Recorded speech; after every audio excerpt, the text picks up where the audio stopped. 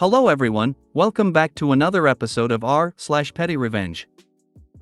In today's episode, entitled Parker parked in my driveway so I blocked them in and got drunk all weekend. I found a Twitter troll's real identity and made him apologize. Don't want to chill with the leaf blower? Enjoy your 9 months of mariachi music.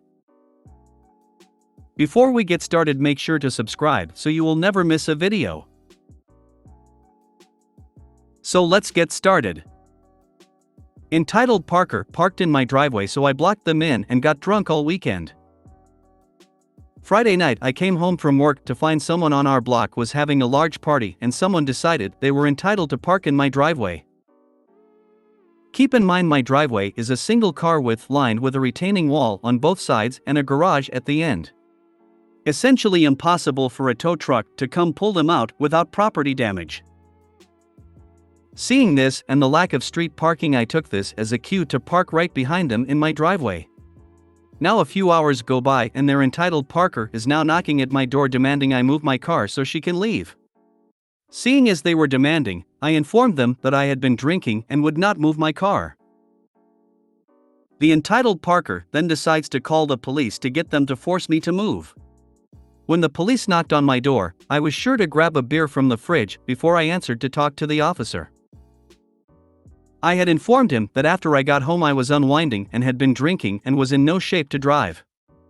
At this point their hands were tied because they couldn't tow her car out. I'm in no shape to drive, and I'm legally parked in my driveway.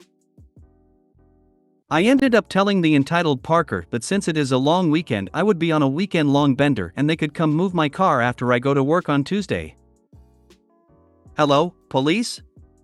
I trespassed on someone's private property by parking my vehicle up their driveway and now they've parked behind me and won't let me out. I'm the victim here. I demand you come and punish them.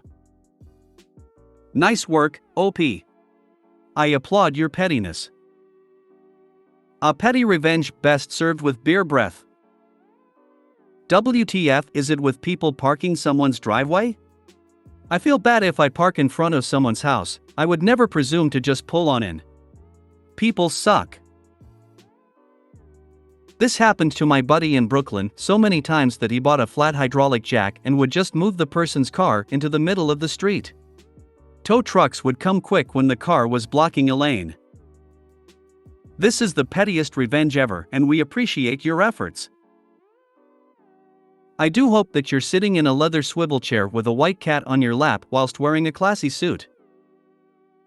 Acceptable substitution would be a tracksuit and/or hairless cat. Don't forget a mustache he can twirl. I'm a woman, but I'd commit to a false one if necessary. A valuable lesson is being taught to this woman. Do not park in other people's driveways. I'm sure for the rest of her life she'll remember this. A lesson taught, but probably not learned. Entitled people are learning resistant. In her mind, all of her woes are OP's fault and she did nothing wrong. Nah. No sane adult needs to be taught that you don't park on other people's driveways. Highly doubt they learned anything. If the car is on your property long enough, does it become yours? How'd it go after that? More deets. It's also snowing where I'm at, so I'm thinking about going to scrape my car off to make it look like I had gone out and they missed their opportunity. I've seen them walking by my house a few times today looking to see if I moved. Planning on relaxing for the rest of my long weekend and might even take Tuesday off. I found a Twitter troll's real identity and made him apologize. So, this all started about a month ago. I'm quite an avid UFC fan and often comment and engage with posts on Twitter. I can't remember exactly what the post was now, but someone didn't take too kindly to one of my comments about a fight. Because of this, he made it his personal mission to troll me.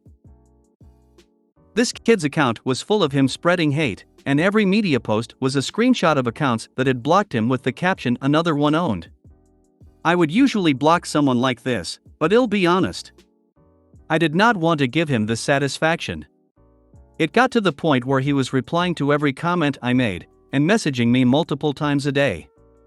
I obviously ignored it, hoping it would go away, but it went on for 19 days straight. I counted prior to making this post. Cue petty revenge. I eventually replied and asked him if he had a problem with me, send me his phone number. He did not. After a week of me ignoring him, he sent me a phone number. I asked him to screenshot his phone ID to prove it was his real number. He did, and it was. I searched it on Google to find the area code. This wasn't enough, but luckily for me he had sent his PayPal QR code to a celebrity to ask to be blessed. I used this QR code and tried to pay him some so I could find the name associated with this PayPal. Using this, I searched his name on Facebook and filtered the search for his area code. I found him. I knew this was him as his cover photo was a picture of his dog, one he'd posted prior on Twitter. I told him I'd give him one last chance to apologize. He was still being horrible and racist. I am a white guy, as he could see on my profile, but he kept calling me the N-word.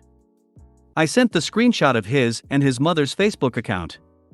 He had his account pretty open and had her as mother. His demeanor completely changed. He got scared and started profusely apologizing. I feel kind of bad for this, but I told him I was going to be monitoring his account in the future and let anyone else know who he decides to troll his real identity. He begged me for forgiveness. I don't think it helps I threatened to find his address also, lol. This is kind of for my own satisfaction, but after he blocked me, I assessed that and put it on my account, with the same captions he did. As assumed, this guy was like 15-year-old, so I guess you can say this is extra petty. I feel like he got what he deserved. I would have sent all his nasty, hate-filled messages to his mom and asked her if she was proud of the way she raised her son. Nothing stings more than disappointing your mom. Like this? Alana Pierce would send the messages to the troll's mother. Yup. No warning.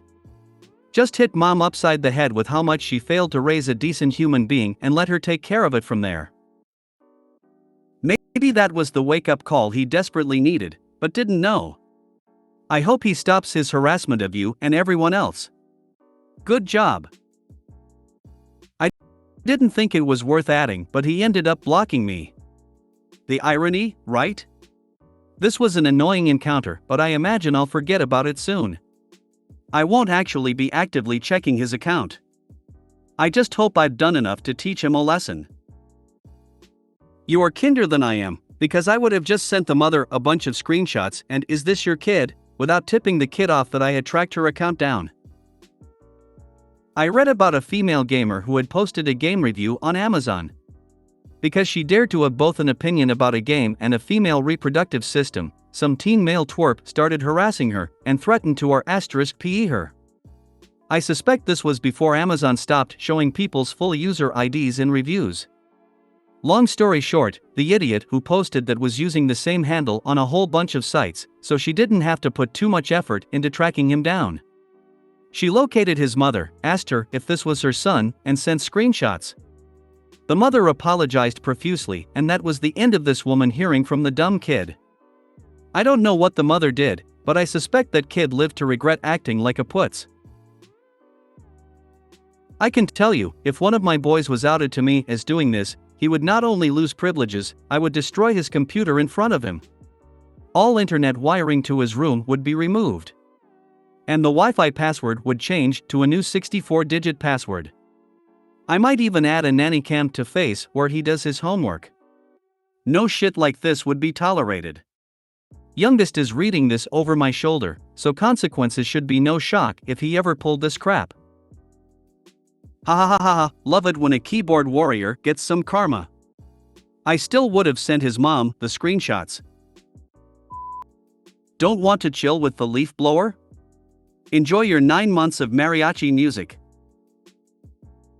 Background: my neighbor and I have never gotten along. She's generally just an unpleasant person, loud, obnoxious, vulgar, etc. But, to her credit, she does keep a very nice and tidy yard. This is an important detail. We also keep very different schedules. She works somewhere that she's often coming and going at 3 a.m. I know this because I get to hear her bass bumping loudly in her car when she leaves. I keep somewhat more conventional hours. She also gets going with her yard and housework very early in the morning, often involving her beloved leaf blower and, again, bass-heavy garage stereo. I've spoken with her a few times about it and gotten a terse sorry, but she's back at her hijinks shortly after. Last time we spoke was last year when she was running the leaf blower at 7 a.m. on Sunday, and when I asked her to stop she just said, "I'll be done in just a minute, you can deal with it until then." Fast forward to last week and cue the petty revenge. We're doing some construction to put an extension on our house. It's a good-sized project and will take 9 months or so to finish. We also just got started. It's almost lunch and the guys are in the backyard hammering and sawing away, and the boombox is blasting mariachi music. They're bantering and laughing away, which doesn't bother me one bit. They're good guys and I like the music. Knock knock knock on the door, and what to my wondering eyes should appear but my swamp witch neighbor. She looks a bit haggard, well, more so than usual anyways. "Hey, I'm trying to sleep over there. Any chance you can ask the workers to turn the radio down a bit? They'll be done in a few months, you can deal with it until then. Have a great day." Bonus, got a visit from code enforcement the next day. He checked and found the music didn't exceed limits. He also got a good laugh when I explained the situation to him and appreciated the anonymous tip about the unpermitted and dilapidated shed in her backyard. Nice. So rarely do we get the chance. I gotta admit, I was actually kinda impressed that she came over to ask after the last 2 years of her shenanigans. I have a friend whose neighbor has a dog that barks incessantly. She works as a university professor from home and was recording her lectures for the classes she teaches. Except she had to restart just as incessantly as the dog barked. She found a birdhouse wrapped around a sonic bark stopper on the Shopping River website, ordered it, and set it up in a tree in her backyard. The neighbors accused her of having a camera pointed at them. She was honest and told them it was a device to keep their dog from disturbing the peace while she worked at home. The neighbors called city authorities on her anyway. She got the visit, welcomed the investigator into her backyard to examine the camera device.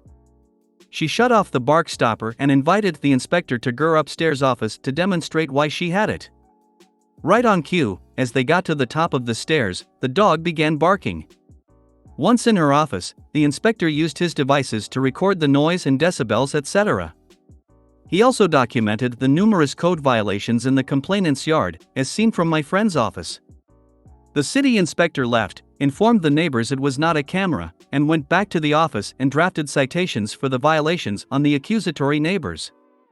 The neighbors got the citations and exploded at my friend, who said, "What are you talking about? All I did was show the inspector that I do not have a camera in my backyard and how loud your dog is heard in my office. I didn't make any complaints against you." The citations included photos taken from my friend's window, and neighbors said she sent those in to the city. She laughed and said, "Oh, so that's what the inspector was doing by the windows that day. Maybe don't call the city on your neighbors if your own shit is out of code compliance?" They were required to clean up a huge tree's worth of firewood, remove a shed and deck they built without permits, and were subject to surprise inspections for the next year. Swamp witch. Adding that to my vocabulary. You will shed no tears over her fine. Construction may be nosy and take a while, but at least it has a purpose. Leaf blowers serve no purpose but to annoy, and most use them for far more time than could even be considered reasonable immo.